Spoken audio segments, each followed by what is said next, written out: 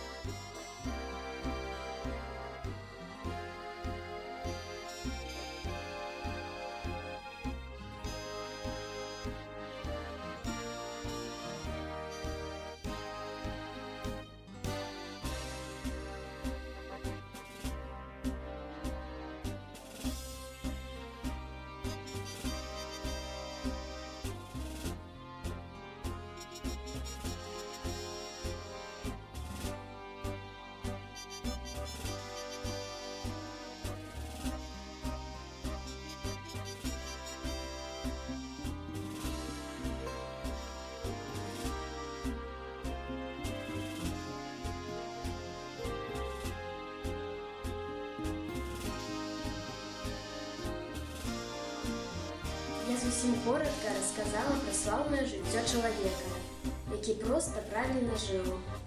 Жыў без права на памылку. Жыў. Так балюча нават гаварыць гэтае слова ў дачыненні да яго. Такія, як Владзімір Александрович Амельянович, павінны жыць вечна. І ён жыве. У нашай памяці, у нашых справах.